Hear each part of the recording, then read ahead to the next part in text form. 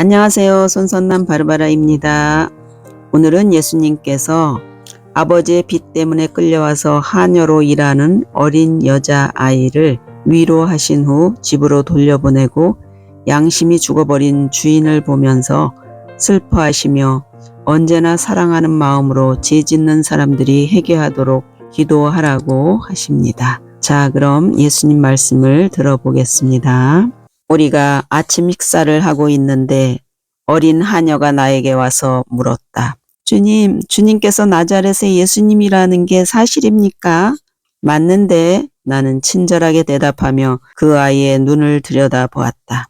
주님, 저는 주님에 대해서 많은 말들을 들었습니다. 주님께서는 갇힌 사람들을 해방시켜 주러 오셨다고 사람들이 말했습니다. 주님, 저를 해방시켜 주십시오. 저는 사마리아에 있는 식구들에게 돌아가고 싶은데 제 아버지가 이 여관 주인에게 빚을 져서 그 돈을 다 갚을 때까지 여기서 일을 해야 합니다. 저는 여기가 싫습니다.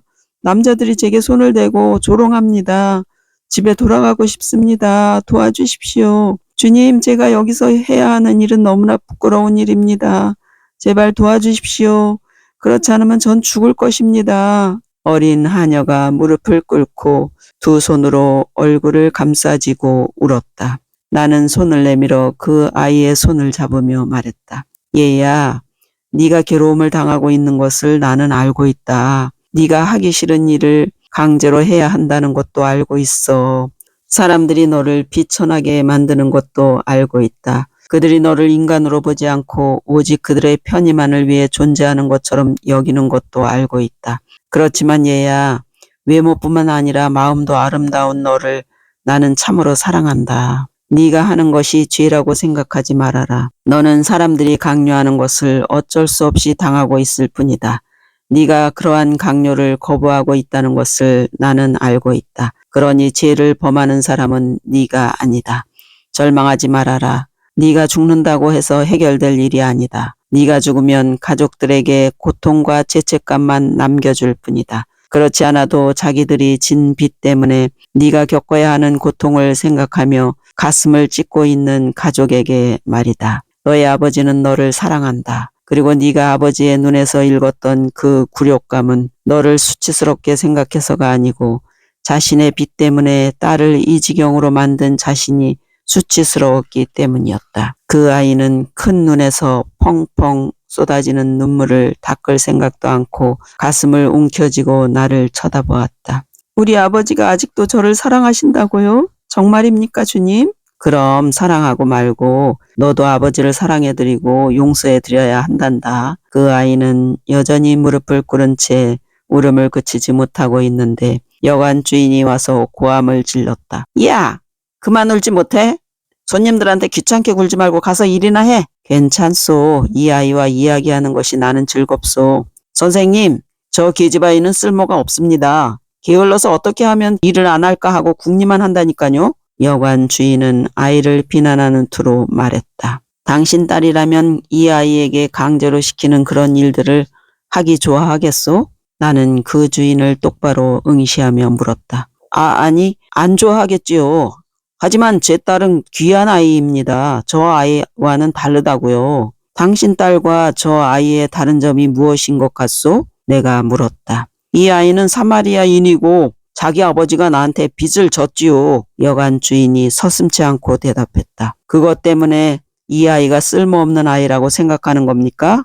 이 아이는 그 빚값으로 여기 온 거예요. 저는 절대로 딸을 빚값으로 내놓지 않습니다. 그것만 보더라도 이 아이의 가치를 알 수 있는 겁니다. 이 아이가 얼마나 쓸모없었으면 자기 아버지가 버렸겠습니까? 그는 눈을 부릅뜨고 격렬하게 주장했다. 하지만 아저씨가 우리 아버지를 감옥에 집어넣겠다고 협박하면서 저를 내놓으라고 강요했잖아요. 어린 하녀가 부르짖었다. 가만히 있지 못해? 여관 주인은 그 아이를 때리려고 손을 들어 올렸다. 그만 됐어요. 애를 때리지 마시오. 빚이 얼마나 됩니까? 내 말을 듣고 유다가 안색이 달라지며 안절부절하기 시작했다.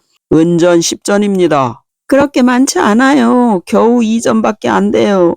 입 닥치지 못해? 너 맞아볼래?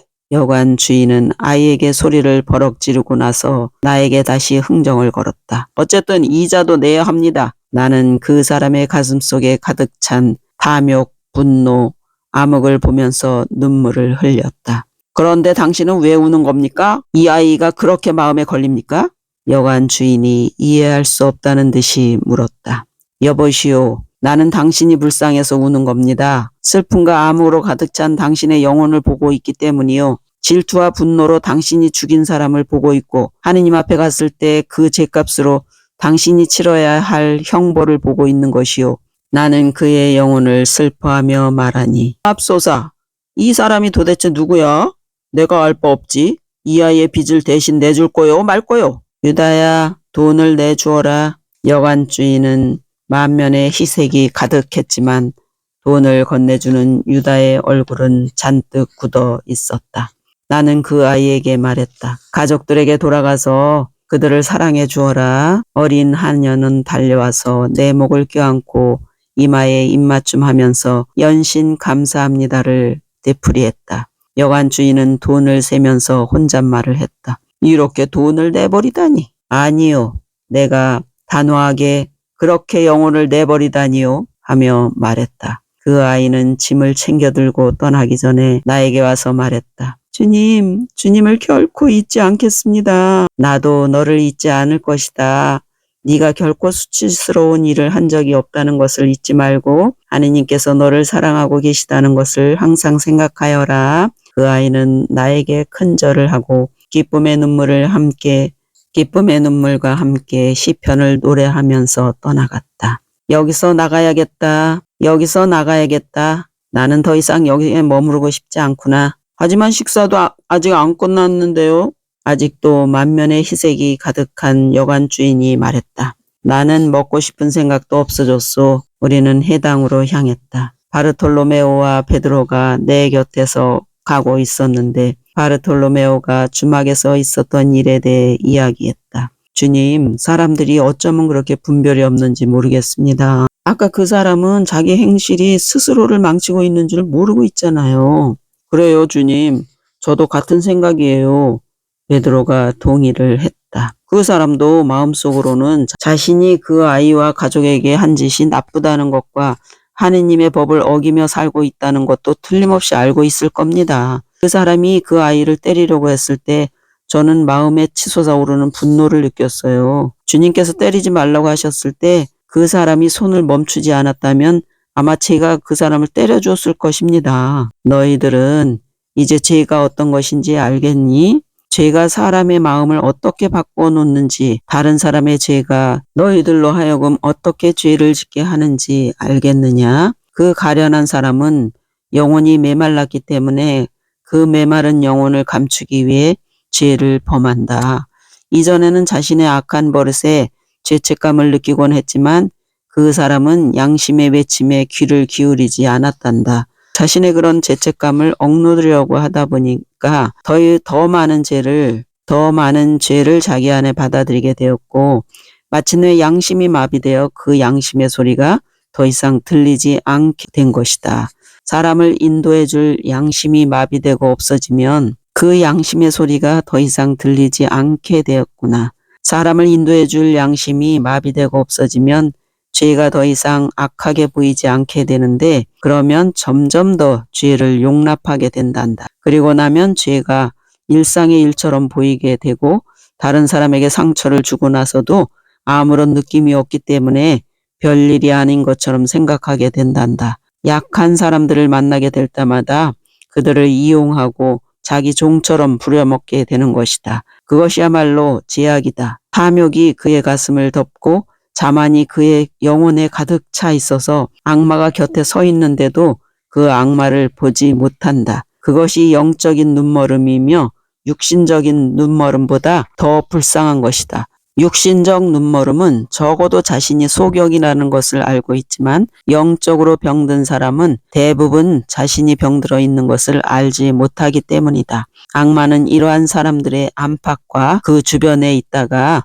다른 사람들에게 퍼져나가고 사람들을 악의 소굴로 끌어들이는 것이다. 사람들은 좀 전에 그 여관 주인 같은 사람을 보게 되면 분노하게 되는데 처음에는 그 사람에 대해 붕괴하거나 그 사람을 증오하게 된다. 그리고 다른 죄를 짓고서라도 그 사람의 죄악을 멈추게 하고 싶어 한다. 폭행을 하거나 증오심으로 학대하거나 적개심을 다른 사람들에게 퍼뜨리는 등의 죄를 짓고서라도 그 사람의 죄악을 막으려 하는 것이다. 그럴 때 사람들은 자신이 좋은 일을 하고 있다고 믿기 때문에 그들의 마음속에 스며든 악으로 눈멀게 되는 것이다. 그러한 행동 방식이 무엇을 의미하는지, 그것이 어떤 결과를 초래하는지를 모르고 행동할 때 착한 사람들도 악마에 이끌려 자신도 모르게 악한 사람으로 변하게 되는 것이다. 악마가 얼마나 속임수에 능한지를 분명히 알아두어야 한다.